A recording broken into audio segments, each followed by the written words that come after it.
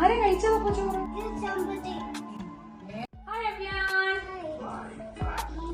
Let's have our food. Monday to Friday ഞങ്ങൾ വളരെ BC സ്കെഡ്യൂളാണ്. As usual സ്കൂളിൽ പോക്ക് കാര്യങ്ങളൊക്കെയാണ്.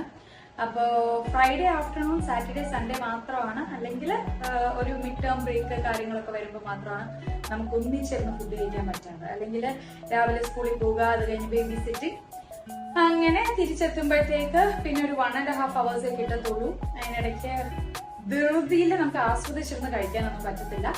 അതുകൊണ്ട് നമ്മളുടെ വീക്കെൻഡ്സ് നമ്മൾ യൂഷ്വലി സമാധാനമായിട്ട് കഥയൊക്കെ പറഞ്ഞിരുന്ന് കഴിക്കുന്നു. നമ്മള് കൊച്ചിലെ എത്രത്തോളം ആയിരുന്നു ആസ്വദിച്ചിരുന്നത് അല്ലേ? വളരെ വലിയ രീതിയിൽ നമ്മൾ കഥയൊക്കെ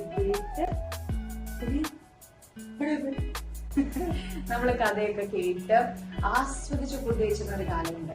ഇന്ന് നമുക്ക് ആർക്കും മറക്കാനായില്ല അല്ലെ ആ ഒരു നിമിഷങ്ങൾ.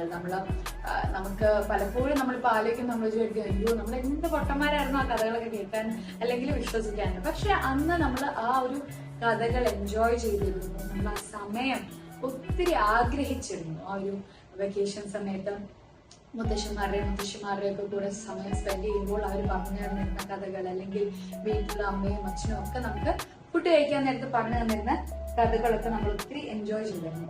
അല്ലെങ്കിൽ ആക്ടിവിറ്റീസ് അല്ലെ, പലപ്പോഴും അതാ ഒരു പൂച്ച വരുന്നുണ്ട്, ഇതാരാ കഴിക്കുന്നത്, പൂച്ച കഴിക്കുമോ, അഭിയാൻ കഴിക്കുമോ നോക്കാമേ. ഞാനിതാ ഈ ബോൾ ഇവിടെ വെക്കുവാണേ, അതാരാ കഴിക്കുന്നതെന്ന് നമുക്ക് നോക്കാം. ഇത്തരത്തിലുള്ള ആക്ടിവിറ്റീസിലൂടെ സത്യം പറഞ്ഞാൽ നമ്മൾ ക്രിയേറ്റ് ചെയ്തെടുക്കുന്നത് ഒരു ഇമോഷണൽ ബോണ്ടും കൂടിയാണ്.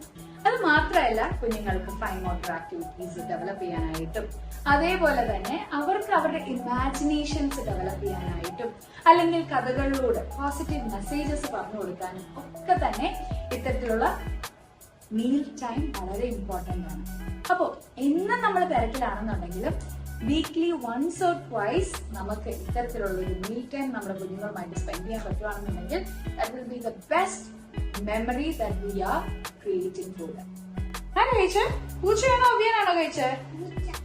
പൂച്ചയാണോ കഴിച്ചേ? അപ്പൊ ആ പൂച്ച കണ്ടുപിടിക്കണമല്ലോ ഈ പപ്പടം കൊടുക്കാനായിട്ട്. ഓ, so I should go out and give this to പൂച്ച? ആരാ കഴിച്ചതപ്പോ ചോറ്?